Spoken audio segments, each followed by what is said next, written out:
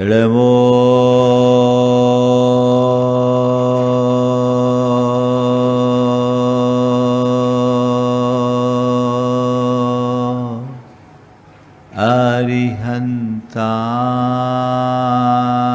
अरिहन्ताणम्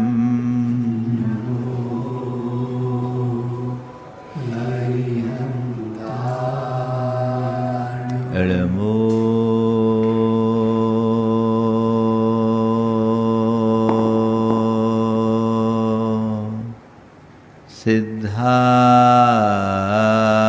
सिद्धाणम् नमो सिद्धाणम् इळमो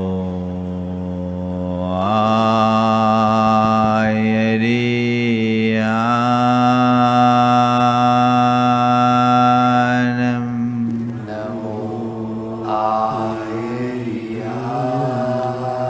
इळमो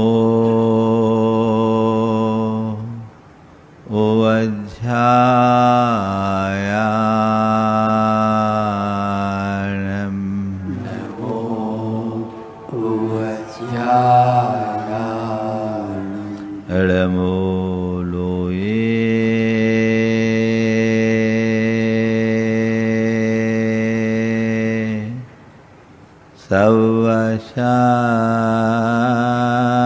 सवशाहुनम् नमो लोये सवशाहुनम् एसो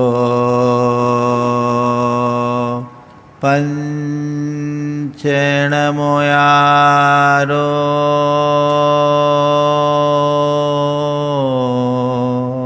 एसो पंचनमोयारो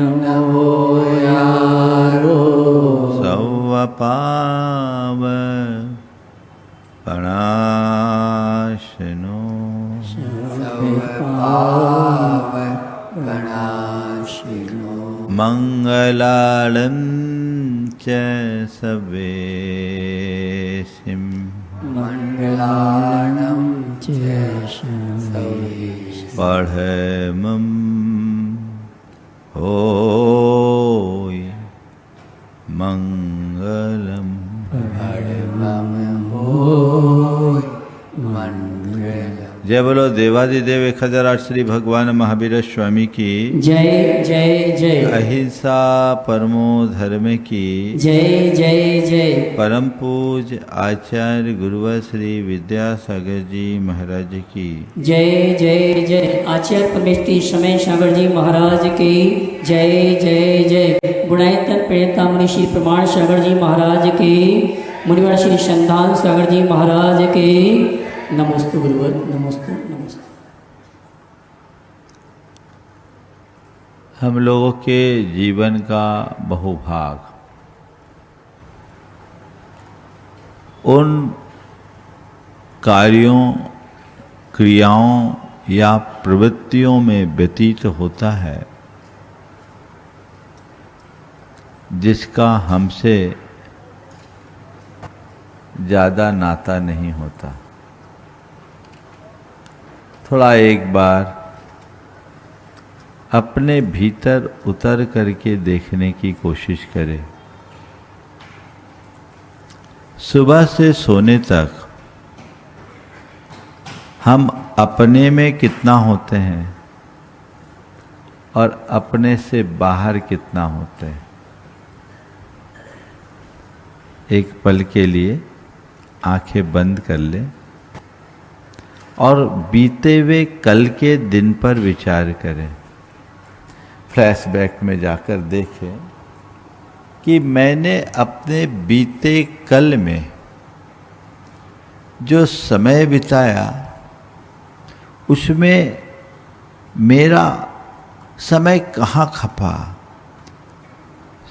खुद में या औरों में। थोड़ा आंखें बंद करिए, देखिए 30 सेकेंड के लिए चीज़ें आ जाएगी।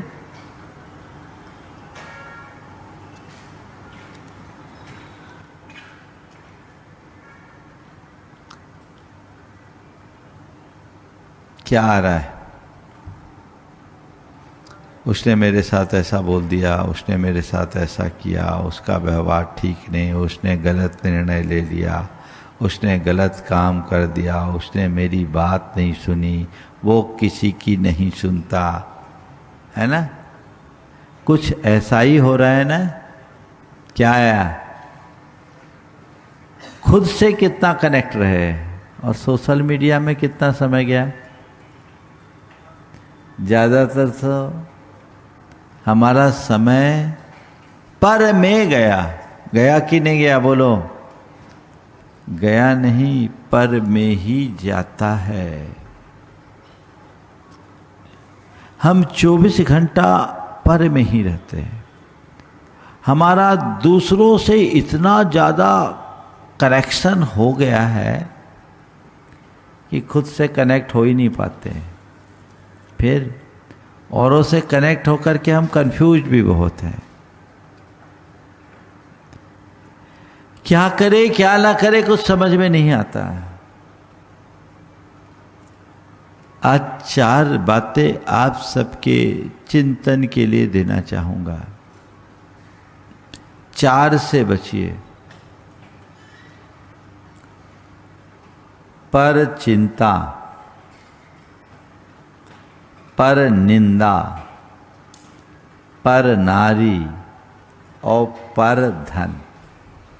पर धन क्या बोला?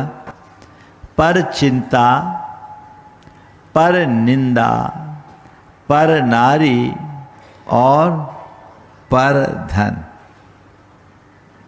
इनसे बचो। धर्मशास्त्र कहते हैं जो इन चारों में मगन रहता है वह अपना पतन करता है। पर चिंता धमा कहा गया है। सोचो हम क्या करते हैं। चिंता तो कतई अच्छी बात नहीं है, और जो आपके हृदय में चिंता आती भी है वो अपने लिए आती है कि औरों के लिए आती है? पर के विषय में जो ज्यादा सोचता है वो चिंता मग्न होता है, और इरादतन पर की चिंता करने वाला तो और अधिक उलझा रहता है। वो भावनात्मक रूप से बहुत रुग्ण होता है, व्यग्र और बेचैन होता है। उसके अंतस में भावनात्मक स्थिरता नहीं रह पाती। बोलो क्या होता है? पर चिंता में समय जाता है कि नहीं जाता? बोलो। और उसमें भी जिससे हमारा कोई लेना देना हो उसके विषय में सोचना तो फिर भी समझ में आता है, पर जिससे कुछ लेना नहीं देना नहीं उसमें ही उलझे रहना कतई समझ में नहीं आता। थोड़ा अपना विश्लेषण करके देखिए,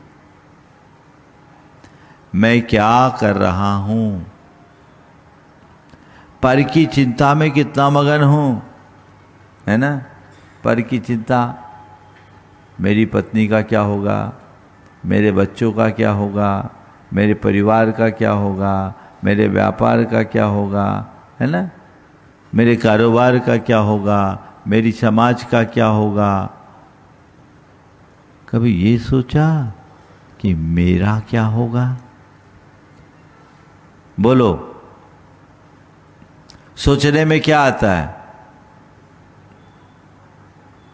अपना शरीर। ज़्यादा से ज़्यादा सोचोगे तो अपने स्वास्थ्य के बारे में सोचोगे, जो कदाचित ठीक है, लेकिन व्यक्ति अपने आप को भूलकर बाकी सबके विषय में सोचता है। ये भयानक भूल है ना? बोलो। हाँ? और सोच सोच करके दुबले होते जाते हो। संत कहते हैं इन सब में अपनी शक्ति खपाने की जगह अगर अपने आत्मा के हित के विषय में सोचा होता तो तुम्हारा बेड़ा पार हो गया होता। आत्मा के विषय में कब सोचोगे? अपने विषय में कब सोचोगे? जब अपने को जानोगे, जब अपने आप को पहचानोगे। अभी तो सब भ्रम में जी रहे हैं। मैं कौन हूं, मेरा क्या है, किसमें मेरा हित है, ये बात जब अंतर मन में प्रकट होती है तब मनुष्य अपने विषय में सोचना शुरू करता है। लेकिन जिसके हृदय में पर में ही आत्म बुद्धि का भाव बैठा रहता है, उसका पूरा जीवन केवल और केवल पर की चिंता में खप जाता है। वह मेरा तेरा करते हुए अपना जीवन यूं ही बर्बाद कर देता है। कब तक करोगे बोलो? आज से तय करो, पर की चिंता नहीं करूंगा। महाराज जी अब घर परिवार में हैं तो चिंता नहीं करेंगे तो व्यवस्था नहीं बिगड़ेगी।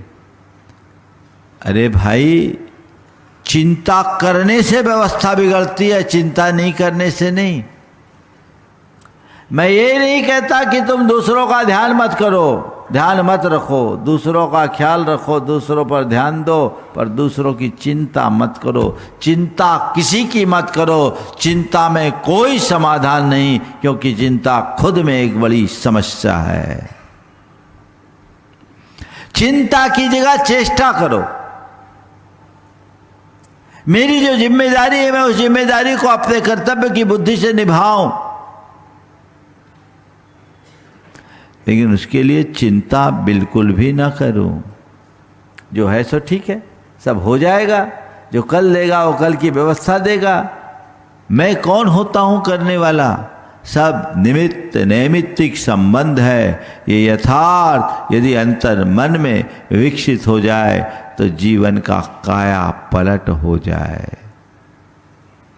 कर पाते हैं ऐसा? बोलो। संत कहते हैं सोच को बदलिए। दूसरों की व्यवस्था बनाना अलग बात है और व्यवस्था के चिंता में उलझ जाना अलग बात है। अपनी जिम्मेदारियों को निभाना अलग बात है और जिम्मेदारियों को ओढ़कर बैठ जाना अलग बात है। पर के हित की कामना करना अलग बात है और पर के हित की चिंता में उलझ जाना अलग बात है। अपने हृदय को अपेक्षा से मुक्त रख करके जिए। चिंता को कतई हावी ना होने दें। इससे बाहर निकलिए, नहीं तो हालत खराब होगा। एक सज्जन बुजुर्ग 72 साल की उम्र, उनका शरीर दिनों दिन क्षीण हो रहा था। उनका बेटा लेकर मेरे पास आया, बोला महाराज जी इनको संबोधिए, ये बड़ी चिंता करते हैं। हमने उनकी तरफ देखा, हमने कहा दादा क्या बात है? बोले महाराज मेरे को बड़ी चिंता होती कि मेरे बाद इन लोगों का क्या होगा। मेरे बाद इन लोगों का क्या होगा, मुझे इस बात की चिंता है। मैंने कहा दादा तुम इस बात की चिंता कर रहे हो कि मेरे बाद इन लोगों का क्या होगा, खुद की चिंता क्यों नहीं करते कि मेरा इस दुनिया से जाने के बाद क्या होगा। अपनी चिंता करो, इनकी चिंता मत करो। इनको तो आपने इस लायक बना दिया है कि सब कुछ कर लेंगे। हम आप नहीं रहेंगे तो भी जीवन होगा, मेरा क्या होगा इसकी चिंता करो। और बेटे ने कहा महाराज जी आप तो इनसे यही बोलिए अपनी चिंता करें, हम लोगों के लिए निश्चिंत रहे। हमने सब काम धाम व्यापार सब अच्छा संभाल लिया है, व्यवस्थित चल रहा है। ये बिना वजह चिंता करते हैं, ये मोह है, ये कर्तृत्व जन अहंकार है जो व्यक्ति को इसी तरह उलझाता है। इनका क्या होगा इसकी तुम्हें चिंता है, मेरा क्या होगा इसके ऊपर विचार क्यों नहीं। मेरा क्या होगा इसका विचार करो और जीवन को आगे बढ़ाने का प्रयत्न करो। कभी सोचने में आता है, आंखें बंद करो थोड़े पल के लिए, अभी जिंदगी जी रहे हो, एक दिन सांसें पूरी हो जाएगी, जीवन की कहानी खत्म हो जाएगी, फिर मेरा क्या होगा। जिंदगी पूरी हो जाएगी, कहानी खत्म हो जाएगी, उसके बाद मेरा क्या होगा। कभी विचार किया? बोलो क्या होगा।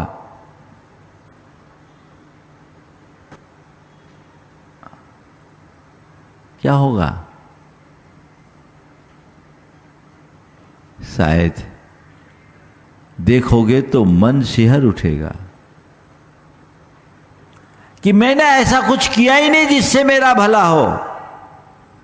चिंता करनी है तो अपने आत्मा के हित की चिंता करो, लोक की चिंता मत करो। पर चिंता धमा इससे बचिए। मुझे चारों बात करनी। दूसरा है पर निंदा, दूसरों की निंदा से बचिए। आप अपने अंदर उतर करके देखिए, जाने अनजाने में आपसे औरों की कितनी निंदा होती है, होती कि नहीं होती। औरों के गुणगान में तो शायद ही हमारा कभी समय बीतता हो, लेकिन निंदा के लिए व्यक्ति हर पल तैयार नहीं, तत्पर रहता है। मौका आ जाए तो चूकता नहीं। किसी की निंदा और आलोचना करने से हमें मिलता क्या है? जो दूसरों की निंदा करता है उसका जीवन खुद निंदनीय बन जाता है। लेकिन ऐसी समझ नहीं होती। बहुत बस रश आता है उसमें। अपने मन को टटोलो, एक अभ्यास करो कि मुझे पर निंदा से बचना है। आप लोग रोज भगवान की पूजन के बाद एक प्रार्थना करते हैं, दोष वादे च मौनम, दोष ढांकू सभी का। बोलते आप, मैं दोष का कथन न कर सकूं, दोष का प्रसंग आने पर मौन धारूं। ये बात आप रोज रोज दोहराते हो कि नहीं दोहराते हो? लेकिन जब किसी के दोषों का प्रसंग आता है उस समय ये बात याद रहती है? नहीं रहती। पूरी ताकत से जुड़ जाते हो, जितना बन सके कर दो। आखिर ऐसा क्यों होता है?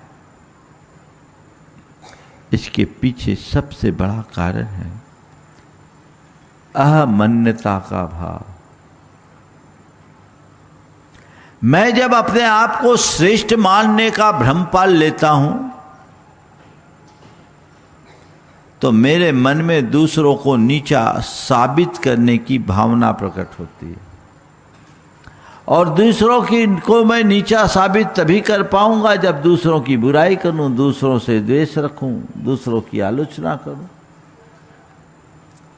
ईर्ष्या का भाव मनुष्य को निंदा में प्रवृत्त करता है। और ईर्ष्या की जगह अगर गुणानुरागी भाव हो तो आप प्रशंसा करोगे, प्रेम बढ़ेगा। अपने मन से पूछो, मेरे संबंध कैसे हैं? ईर्ष्या प्रेरित संबंधों की अधिकता है या प्रेमापूरित संबंध मेरे अधिक हैं? मैं जिनके संपर्क में हूं उनमें ईर्ष्या, उनमें प्रेम से भरे लोग अधिक हैं या जिनके प्रति मेरी ईर्ष्या है उनकी संख्या अधिक है? क्या निष्कर्ष निकलेगा? बोलो। प्रेम वाले 2 4 10 मिलेंगे, ईर्ष्या वालों से तो पता नहीं। जो अपने से आगे बढ़ता दिखता है उन सब के प्रति हृदय में ईर्ष्या का भाव उमड़ता है। ये अहमन्यता का कुपरिणाम है और इसी परिणाम के कारण व्यक्ति एक दूसरे की निंदा करने पर आमादा हो जाता है, उतर जाता है। उस निंदा से अपने आप को बचाइए, उससे मुक्त कीजिए। जिसके अंदर की सोच छोटी होती है वो दूसरों की निंदा करता है। बड़ी सोच का मनुष्य कभी किसी की निंदा नहीं करेगा। वो गुणानुवाद करेगा, कदाचित गुणानुवाद ना करे तो निंदा में रस नहीं लेगा। निंदा करना, निंदा सुनना, निंदा में रस लेना, निंदा करने वाले को प्रेरित करना, यह सब पर निंदा का ही अंश है। इससे अपने आप को मुक्त कीजिए। आखिरी है, आगे के हैं पर नारी और पर धन। पर नारी से बचो। हमारे यहाँ कहा गया अपनी स्त्री के अतिरिक्त, अपनी पत्नी के अतिरिक्त हर पुरुष के लिए संसार की हर स्त्री माँ, बहन या बेटी के समान है। मनुष्य को चाहिए कि एक स्त्री में यदि स्त्री का रूप देखना है तो केवल अपनी पत्नी में देखे, और किसी पुरुष में पुरुष का रूप देखना है तो केवल अपने पति में देखे।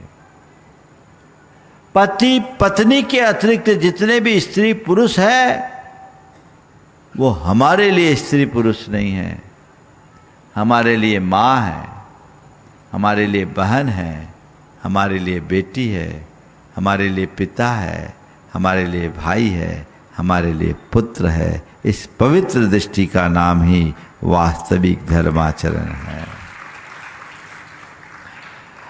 आत्मवत् सर्वभूतेषु परद्रव्येषु लोष्टवत् मातृवत् परदारेषु, यह पंचसती सब पंडितः की बात हम लोगों को बचपन में ही पढ़ाई और सिखाई जाती रही। आज सब चीजें बदल गई। अब हम इन्हें इस रूप में नहीं देख पाते। परिणाम सबके सामने है जो बड़ा भयावह और घिनौना है। आज अब मनुष्य की लंपटता बहुत तेजी से बढ़ रही है। वो पुरुषों में भी है और स्त्रियों में भी है। दोनों ओर जो भटकाव है उसने व्यभिचार की प्रवृत्तियों को और बढ़ावा दिया है। उन्मुक्त यौनाचार की खुली वकालत ने तो हमारी सारी मर्यादाओं को तार तार कर दिया है। व्यक्ति ये समझने की कभी कोशिश नहीं करता कि आखिरकार ये हमारी चेतना का कितना पतन करता है। काश लोग इसे जानते, पहचानते और जीवन को उस दिशा में नियोजित करने का प्रयत्न करते हैं तो परिणाम कुछ और होता। पर नारी से बचने के पीछे यही प्रेरणा है। कभी विस्तार से इससे चर्चा करूंगा, लेकिन समझो नारी क्या है। नारी तुम्हारे लिए तुम्हारी पत्नी है और पुरुष तुम्हारे लिए तुम्हारा पति है। बाकी माँ है, बहन है, बेटी है, पिता है, भाई है, पुत्र है। बस दृष्टि की इस पवित्रता के आते ही सारी मर्यादाएं सुरक्षित हो जाती है और इस पवित्रता के अभाव में मर्यादाएं छिन्न भिन्न हो जाती है। चौथा है पर धन। दूसरों के धन को कभी अपना मत मानो। लोग कहते थे कि दूसरों का एक धेला लेना भी नमक हरामी है। क्या है? नमक हरामी। हराम की चीज कोई नहीं चाहते। हमारे यहाँ ऐसा भी है कि किसी ने किसी का कुछ भी पाया तो उसे अपना कभी मानते नहीं, चुकाते। अभी एक व्यक्ति ने बताया कि उसकी धर्मपत्नी, आज भी ऐसे लोग हैं, धर्मपत्नी ऑटो से, मुंबई की बात है, ऑटो से एक स्थान से दूसरे स्थान में गई। उसके पर्स में एक चेन थी सोने की, और पेमेंट करते समय वो चेन उसकी ऑटो में गिर गई। 4 तोले की चेन थी, अच्छी भारी चेन गिर गई। उसको पता नहीं, वो चले गई। घर आकर के अपना पर्स देखा, चेन नहीं मिली, बहुत परेशान हो गई। पति ने उसको भला बुरा कहा कि तुम कुछ ख्याल नहीं रखती, इतनी कीमती चेन तुमने खो दी। लेकिन कोई उपाय नहीं। करीब 2-2.5 घंटे बाद दरवाजे पे किसी ने नॉक किया। पति ने दरवाज़ा खोला तो भला एक व्यक्ति था। उस व्यक्ति ने कहा कि उसकी पत्नी का हुलिया बताया। बोले आपके यहाँ ऐसी कोई बहन जी रहती है क्या? बोले क्यों, क्या बात है? बोले कुछ नहीं, वो हमारे ऑटो से सफ़र की थी, उनका कुछ सामान गिर गया ऑटो में, वो मुझे लौटाना था। इतनी बातचीत करते करते नज़र उसकी पत्नी पर पड़ गई, और पत्नी को देखते हुए कहा बहन जी हाँ आप ही, आपका कुछ सामान गिरा था ऑटो में? हाँ हमारी चेन गिर गई थी। लीजिए संभालिए आपकी चेन, मैं बहुत देर से खोज रहा था। उसके बाद जो उसने बात कही वो ध्यान देने योग्य है। पति ने पूछा भाई तुम यहाँ आए कैसे? बोले मैंने आपको जहाँ छोड़ा था वहाँ देखा, वहाँ पता नहीं लगा। पूछने पर मालूम पड़ा कि वो अमुक अपार्टमेंट में रहती है। मैं खोजता हुआ अपार्टमेंट में आया, नाम पता नहीं था, तो मैंने कहा अपार्टमेंट में मैं एक दूसरे के घरों में पूछता रहा। करीब 12-14 घर खोजते खोजते आपके यहाँ आया हूँ, आप मिल गई, मुझे बहुत खुशी है। आप लो, आज का मेरा पूरा दिन बीत गया, आज मैंने कोई काम नहीं किया, पर मैं इस बात के लिए खुश हूँ कि मुझ पर आज कलंक लगने से मैं बच गया। ये पर धन है, ये मेरा नहीं है, आप लीजिए। दोनों देखकर भौचक्क रह गए। उसको इनाम स्वरूप कुछ रुपया देना चाहा। बोला माफ़ करना, मैं मेहनत की कमाई खाता हूँ, ये मेरा कर्तव्य था। आपने मेरी ऑटो से यात्रा की, आपकी संपत्ति की सुरक्षा करना मेरी जिम्मेदारी, जान माल बचाना आप मेरी जिम्मेदारी थी। मैंने आपसे अपना पेमेंट ले लिया, 1 पैसा भी अब मेरे लिए हराम है, मैं इसे स्वीकार नहीं कर सकता। मैं मेहनत की कमाई लेता हूँ, हराम की कमाई नहीं। बोले महाराज जी हम लोग देखते रह गए। एक साधारण से ऑटो ड्राइवर के हृदय में ऐसी उत्कृष्ट भावना। आजकल तो लोग 2-2 रुपयों के पीछे अपना ईमान बेच देते हैं। इतनी कीमती चेन, फिर भी उसने उसके तरफ ध्यान नहीं दिया। बोला महाराज मन मुग्ध हो गया, उसके प्रति हृदय श्रद्धा से अभिभूत हो गया। बंधुओं, ऐसा केवल उनके जीवन में घटता है जो जीवन और जीवन के मूल्य को पहचानते हैं। आप अपने आप से पूछो, ऐसा कोई मौका होता तो क्या होता? ऐसा होता तो क्या होता?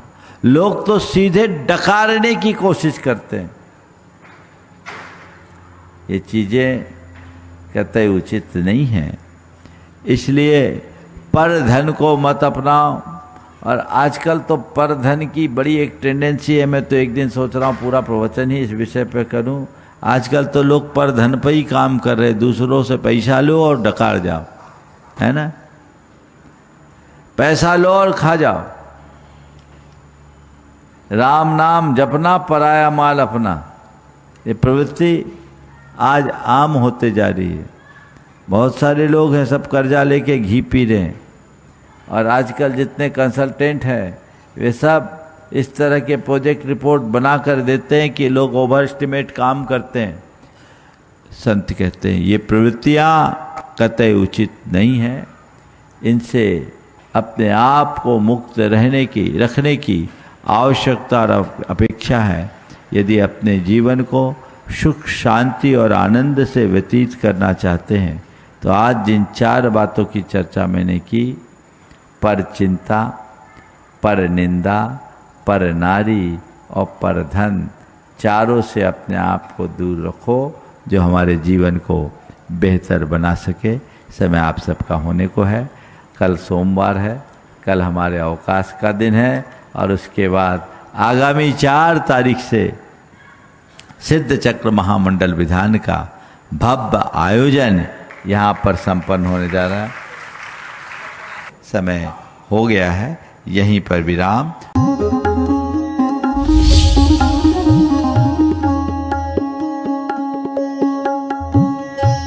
देवादिदेव 1008 श्री भगवान महावीर स्वामी की जय जय जय। अहिंसा परमो धर्म की जय जय जय। परम पूज आचार्य गुरुवर श्री विद्यासागर जी महाराज की जय जय जय। बोले परम पूज्य 108 प्रमाण सागर जी महाराज की जय जय जय। मुनिवर श्री सागर जी महाराज की जय जय जय। नमोस्तु गुरुदेव। हमारे देश में 2 व्यक्तियों का चरित्र बड़ा चर्चित रहा है, एक नारद का और दूसरा मंथरा का। इन दोनों के विषय में हम लोगों ने यही सुना है, यही जाना है, यही समझा है कि इनका काम इधर का उधर करने का था। ये तो चले गए, लेकिन इनके चरित्र की छाप आज भी इस दुनिया में है। बल्कि इनके चरित्र को प्रदर्शित करने वाले लोगों का बड़ा बाहुल्य है और ये मनुष्य की एक बहुत बड़ी दुर्बलता है। बात च की है। च का मतलब चुगली। चुगली करना मतलब क्या? ये बड़ा प्रसिद्ध शब्द है। लोगों से कहते भैया किसी की चुगली मत करो। चुगली है क्या? चुगली का मतलब पीठ पीछे किसी व्यक्ति की निंदा करना, उसकी कमियां निकालना, उसे नीचा दिखाने का प्रयास करना, किसी के विरुद्ध किसी के कान भर कर उसको भड़का देना, अनावश्यक अफवाहों को फैला देना, आधारहीन बातों को इधर से उधर कर देना, ये सब चुगली की श्रेणी में आती है। और इन बातों, इस प्रकार की प्रवृत्ति से जो शिकार होता है, जो इस प्रकार की प्रवृत्ति का आदी और अभ्यासी होता है, वो कहीं भी बाज नहीं आता। अनेक रूपों में चुगली जुड़ती है। सबसे पहली कान भरने की बात है ना। किसी ने कुछ कहा, आपने सुना, आग लग गई बिना दिया सलाई के, बिना दिया सलाई के, बिना लाइटर के आप आग अपने भीतर लगा लेते हो। कान भरने वालों का काम ही यही है ना। तो उसने कुछ कहा, आपने भरोसा किया। और कुछ लोग होते हैं जिनकी ऐसी ही प्रवृत्तियां होती है और वो इससे कभी बाज नहीं आते। मैं आपसे कहता हूं, आज के संदर्भ में 4 बातें हैं।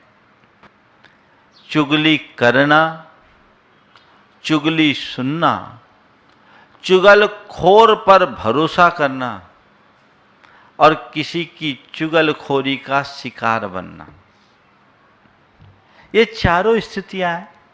सबसे पहली बात, चुगली करना। आप देखिए, आपके अंदर चुगली करने की आदत तो नहीं है, ये पहले आपको देखना है। यदि कहीं है तो इसे सुधार लेना है।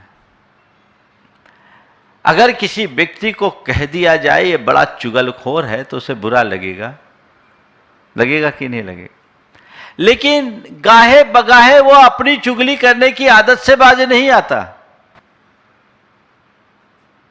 कहीं ना कहीं से कुछ ना कुछ वो अपना एक शिगुफा छोड़ ही देगा। देखिए, आप अगर किसी की कोई बात होती है तो क्या आप कभी किसी की बात को किसी दूसरे तक पहुंचाने में रुचि लेते हो? किसी की कान भरते हो? अगर आप किसी की कान भर रहे हैं, यानी किसी की शिकायत किसी के विरुद्ध कर रहे हैं, इसका मतलब आप चुगली कर रहे हैं। और हमारे शास्त्रों में चुगली के लिए एक शब्द आया, पिशुन्नता, पैशून्य भाव। पिशुन्नता के संदर्भ में कहा गया है कि पिशुन्नता का कर्म बड़ा नीच कर्म है। पिशुन्नता का कर्म बड़ा नीच कर्म है। ऐसा करने वाले के लिए अशुभ नाम कर्म और त्रियंच आयु का, त्रियंच गति का बंध होता है। अशुभ नाम कर्म और त्रियंच का बंध, वो तो जानवर बनेगा भविष्य में। उसके जीवन में अनेक प्रकार की विकृतियां आएगी। वो एक प्रकार की नीचता है। कुरल काव्य में लिखा है कि जो लोग धर्म कर्म के कार्यों में भी रुचि रखते हुए, धर्म कर्म के कार्यों में रुचि रखते हुए भी एक दूसरे की चुगली करते हैं, उनसे बड़ा नीच और कोई दूसरा नहीं है। ये बड़ा निंद कर्म है, नीच कर्म है। अगर आप किसी के विरुद्ध किसी से कुछ बोलते हैं, ये चुगली है। आप पीठ पीछे किसी की कोई बुराई करते हैं तो ये चुगली है। आपके अंदर ऐसी आदत है? यदि है तो इससे तुरंत दूर हटने का संकल्प लेना चाहिए। कैसे हटना है उसकी चर्चा मैं बाद में करूंगा। लेकिन आप देखिए कि यदि ऐसी आदत आपकी है तो आप अपने आप को तत्काल बाहर कर लीजिए, क्योंकि चुगलखोरी करने से फायदा कुछ नहीं होता सिवाय नुकसान। पहली बात तो चुगलखोर को कोई पसंद नहीं करता, चुगलखोर को कोई पसंद नहीं करता। और दूसरी बात, उसकी विश्वसनीयता खत्म होती। पर उस एक व्यक्ति के निमित्त से न जाने कितने घर फूट जाते हैं, न जाने कितने को संबंध बिगड़ जाता है, न जाने कितनों के जीवन में बड़ी बड़ी आपदाएं घटित हो जाती। तो ये चुगली करने की प्रवृत्ति से बचना एक धर्मात्मा की पहचान है। एक अच्छे व्यक्ति की पहचान इसी में मानी जाती है कि वो किसी की चुगली ना करे। लेकिन क्या करे, बचपन से ही लोगों के मन में ऐसी आदत बन जाती है। और वो आदत कैसे बनती है? जब व्यक्ति कहीं अपने आप में कमजोर होता है तो अपने वर्चस्व और प्रभुत्व को बनाए रखने के लिए एक बच्चा भी अपने साथ के दूसरे बच्चे की चुगली करके उसको नीचा लाने की कोशिश करता है और खुद को आगे बढ़ा देता है। और वह धीरे धीरे एक आदत सी बन जाती है जो बड़े होने के बाद व्यक्ति की प्रवृत्ति का अंग बन जाता है। अगर आपकी ऐसी स्थिति है तो आप उससे अपने आप को बाहर लाइए, पहली बात। दूसरी बात, चुगली सुनना ये बड़ी बुराई है। चुगली करने वाले लोग तो कहीं ना कहीं एक्सपोज हो जाते हैं, लेकिन सबसे ज़्यादा भयानक परिणाम जो आता है चुगली सुनने से आता है। किसी ने कुछ कहा, उसने आपके कान में भरा और आपने तुरंत प्रतिक्रिया की। ये आए दिन ऐसा होता है। और आजकल तो कान भरने वाले लोग बहुत हैं।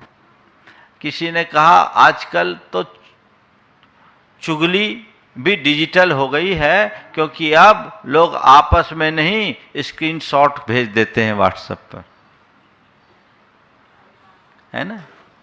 तो ये चुगली सुनना नहीं, क्या चुगली है और किसे हमें नहीं सुनना। यदि कोई व्यक्ति किसी की शिकायत उसके पीठ पीछे कर रहा है, आप इसे मत सुने,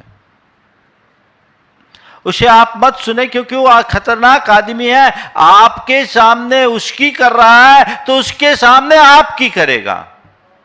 कोई आदमी आपके पास आकर के किसी की बुराई कर रहा है, समझ लीजिए ये बड़ा खतरनाक पैरासाइट है, इससे दूर के रहने में फायदा है। ये जहां जाएगा खतरा फैलाएगा, गंदगी फैलाएगा, इससे अपने आप को बचा लेना है।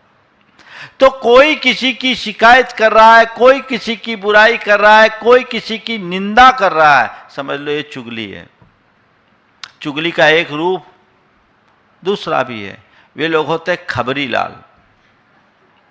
आप देखिए कोई भी बात हुई और आपके पास आकर के, अरे तुमने सुना उसकी बेटी उसके साथ भाग गई, अरे हमने सुना है कि उन दोनों के बीच तलाक हो रहा है, हमने मालूम पड़ा, तुम्हें मालूम है उसका कि उसका जो बेटा बहू बेटा है ना, अपने माँ बाप का ध्यान ही नहीं देते, बेचारे को तो बिल्कुल सूखी रोटी के लिए भी तरह जाना पड़ता है। हमने सुना है कि वो तो उसे वृद्धाश्रम में भेजने की तैयारी कर रहे। अरे पता है कि उसने उसके सारे गहने और संपत्ति को हड़प लिया, अब उसको दाने दाने के लिए मोहताज कर दिया। कितनी सारी बातें आती है। कुछ लोगों की ऐसी प्रवृत्ति होती है और इनकी बातों में सच्चाई 1% भी नहीं रहती। 1% हो जाए तो बहुत, 99% तो उसमें केवल मसाला होता है। वो तो आपको सुना रहा है, लेकिन आप सुनने में रस क्यों ले रहे हो? चुगली करना जितना बड़ा पाप है, चुगली सुनना भी उतना ही बड़ा पाप है। तो कुछ लोग दूसरों के कान भरेंगे, कुछ लोग हैं जो इधर उधर की खबरें सुनाकर अपना समय खराब करेंगे, आपका समय खराब करेंगे। कुछ लोग हैं जो केवल कमी निकालेंगे। अरे देखो ना, उसने मकान तो बनाया, बहुत बढ़िया नहीं बनाया, उसमें देखो उसके दरवाजे अच्छे नहीं थे, उसके फर्नीचर अच्छे नहीं थे, उसका तो देखो ग्रिल विल तो बिल्कुल बेकार है, पता नहीं कैसा काम किया। अंदर जाके देखा ना तो कोई फिनिशिंग ही नहीं। लेना एक न देना दो है, उनका काम कमी निकालने का है।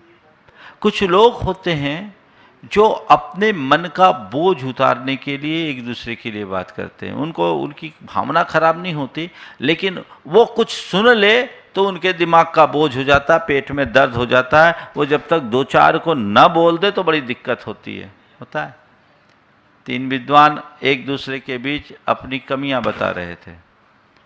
तो विद्वान लोग बहुत कम होता है कि आपस में अपनी कमी बताएं। एक ने कहा क्या बताऊं, मेरी बड़ी कमी है, मैं बोलता हूं तो समा बांध देता हूं, लेकिन जब तक मुंह में तंबाकू नहीं दबा लूं तो मूड ही नहीं बनता। दूसरे ने कहा भैया देखो, तंबाकू माकू खाने की गंदी आदत तो मेरी नहीं है, लेकिन मेरा पैसे से बड़ा लगाव है, और जब मैं सभा में बैठता हूं तो पूरा टारगेट पैसे वाले को बनाता हूं, उनको रिझाता हूं, जी भर कर रिझाता हूं, और फिर वे मेरे मुरीद बन जाते हैं, मैं अपना उल्लू सीधा कर लेता हूं। दोनों की बात पूरी नहीं हुई कि तीसरा पेट पकड़कर भागने लगा। बोला कहाँ जा रहे हो, तुम भी तो बताओ तुम्हारी क्या कमजोरी। बोले अभी आता हूं।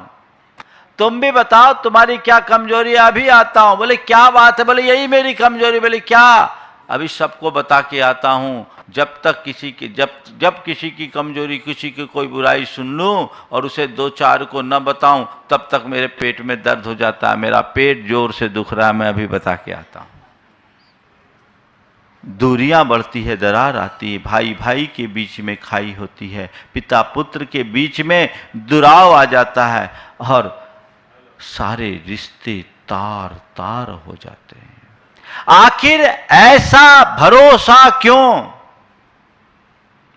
भरोसेमंद का भरोसा करो, जिसका कोई आधार ही नहीं, उसके ऊपर भरोसा करने से जीवन का सर्वनाश ही होगा और कुछ नहीं। तो अपने जीवन को सर्वनाश से बचाना है। ऐसे लोगों पर भरोसा बिल्कुल नहीं करना। कह दिया आप पहले थोड़ा ठंडे दिमाग से सोचो, ऐसा जो वो कह रहा है वो सही कह रहा है या नहीं, इसकी बात सही हो सकती है या नहीं, और सही हो सकती है तो क्या सही में ऐसा हुआ है, थोड़ा छानबीन करो, उसके बाद बात करो। मैं आपको बताऊं, मैं तो मेरे संपर्क में जो लोग आते हैं ना, बहुत सारी बातें करते हैं, कई तरह की बातें, और आज के लोगों की दशा तो ऐसी है कि अगर उनकी बातों पर भरोसा कर लूँ ना तो लोग मुझे बेच खाए, हम जैसे साधुओं को बेच खाए, उसमें भी कोई कोर कसर नहीं। कई तरह की बातें लोग किसी के विषय में भी कुछ भी कह देते हैं। हमें मालूम है कि किसकी बात में कितना गुनाह करना है और कितना भाग देना है, उसके हिसाब से हम विचार करते हैं। और हमने तो अपने व्यक्ति को नापने की कसौटी बना रखी है। जो व्यक्ति मेरे पास आकर गाहे बगाहे किसी की आलोचना करता है, मेरी दृष्टि में मैं उसके नंबर काट देता हूं। मुझे लगता है ये आदमी घटिया किस्म का आदमी है, ये आदमी बहुत ज्यादा भरोसे के काबिल नहीं है, क्योंकि इसकी दृष्टि नकारात्मक है, ये बुराइयों को देखने के लिए लगा है, ये जोंक है जो सड़ा खून पीने वाला, दूध पीने वाला नहीं है। ऐसे लोगों से बच के रहना चाहिए, सुरक्षित। तो जो कोई बुराई करने वाला हो, जो कोई निंदक हो, जो कोई दूसरों के विरुद्ध भड़काने वाली बातें करता हो, जो घर फोड़ू व्यक्ति हो, उस पर भरोसा मत करना, उस पर भरोसा मत करना, उससे सुरक्षित दूरी बना करके चलना, तो कभी गड़बड़ नहीं होगा। एक ऐसा हुआ कि एक परिवार में 3 बहुएं थी, बड़े प्रेम से रहती थी, और प्रेम से रहती तो किसी से देखा नहीं गया। एक ने आकर के, जो छोटी बहू थी वो थोड़े साधारण परिवार की थी, और बड़ी बहू जो थी वो बड़ी संपन्न परिवार की थी। अब थोड़ा बहुत होता है। अब उसने क्या किया, छोटी बहू से के कान भरते हुए कहा, आप थोड़ा देखो तो मुझे सुनकर बहुत बुरा लगा, आप इतनी अच्छी हो, इतना सब कुछ आपकी, तो मैं कायल हूँ, सारी दुनिया आपकी प्रशंसा करता है, आप जैसा तो इस घर में कोई है ही नहीं। पर वो कह रही थी वो तो कंगाल की बेटी है। अच्छा, सुना? किसने कहा? दीदी ने कहा। हाँ, दीदी ने कहा। आपने सुना? बोले हाँ, मैंने अपने कान से सुना, झूठी बात थोड़ी बोल। उसका हाथ पकड़ी और अपनी जेठानी के पास ले गए। बोलो तुम क्या बोल रही थी? अब उसको तो काटो तो खून नहीं, क्या बोले, बोलने लायक कुछ है ही नहीं। जबकि ऐसा कुछ कहा नहीं जा सकता था। जेठानी कुछ समझी नहीं कि ये मामला क्या है, वो कुछ नहीं बोले। बोले बोलो तो सही, आखिर तुम क्या बोल रही थी, जो मुझे अभी बोल रही थी दीदी के बारे में, बोलो तो क्या बोल रही थी, दीदी ने क्या बोला। अब उसको तो सांप सा सूंघ गया, वो कुछ नहीं बोले। फिर उसने जेठानी को सारी बातें बताई और उसे लताड़ लगाते हुए कहा कि आज के बाद ये संकल्प लो, व्यर्थ में हम कभी किसी के बारे में किसी से कुछ भी नहीं कहेंगे। नसीहत मिल गई। आप अगर चुगलखोरों की बातों पर भरोसा करने लगोगे तो बर्बाद हो जाओगे। उससे बचो, चीजों को समझो, तुरंत प्रतिक्रियाएं मत दो। आपने किसी के विषय में कुछ भी कह दिया और भरोसा कर लिया तो बड़ा गड़बड़ होता है, और तुरंत आजकल ऐसा हो रहा है। और लोगों की दशा कैसी बताऊं, कितने कान के कच्चे हैं बताऊं। एक युवक ने एक महिला से कहा, रे एक व्यक्ति ने एक युवक से कहा, रे तुम ये क्या कर रहे हो, तुम ये क्या कर रहे हो। बोले क्यों, क्या हुआ। बोले तुम्हें पता नहीं तुम्हारी पत्नी विधवा हो गई। बोले सच। बोले हाँ, तुम्हारी पत्नी विधवा हो गई। उसने अपने बाल मुड़वा लिए, रोना शुरू कर दिया। अरे पति जिंदा है तो पत्नी विधवा कैसे होगी, है ना। पति जिंदा है तो पत्नी विधवा कैसे होगी। लेकिन दुनिया के लोगों की दशा ऐसी है, कुछ ना भी हो तो कुछ निकाल लो। इसलिए बच्चों, सुनना ही नहीं, अपने काम से काम रखो। मतलब ही नहीं, हमारे पास समय कहाँ जो इस ऐसे लोगों की बातों को सुने, और ऐसे लोगों की बातों को सुनकर उस पर भरोसा करना तो और गड़बड़ है।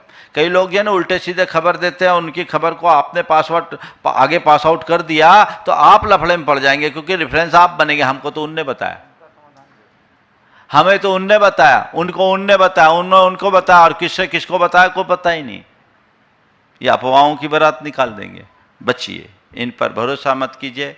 यदि कोई इस तरह की खबरें भी देता है तो पहले उसकी तहकीकात कीजिए। अच्छी खबर हो तो और प्रामाणिक हो तो आगे बढ़ाइए, बुरी खबर हो तो उसे वहीं रोक दीजिए, क्योंकि गंदी हवा फैलाना धर्म नहीं है। अपने काम से काम रखिए, बात खत्म। एक महिला ने मंदिर के पुजारी से कहा कि मैं मंदिर नहीं आऊंगी, कल से मैं मंदिर आना बंद करूंगी। तो क्यों? बोले देखती हूं मैं यहाँ मंदिर आने वाले जितने भी लोग हैं, इधर तो पूजा पाठ करते हैं, पर सब एक दूसरे की निंदा बुराई करते रहते हैं।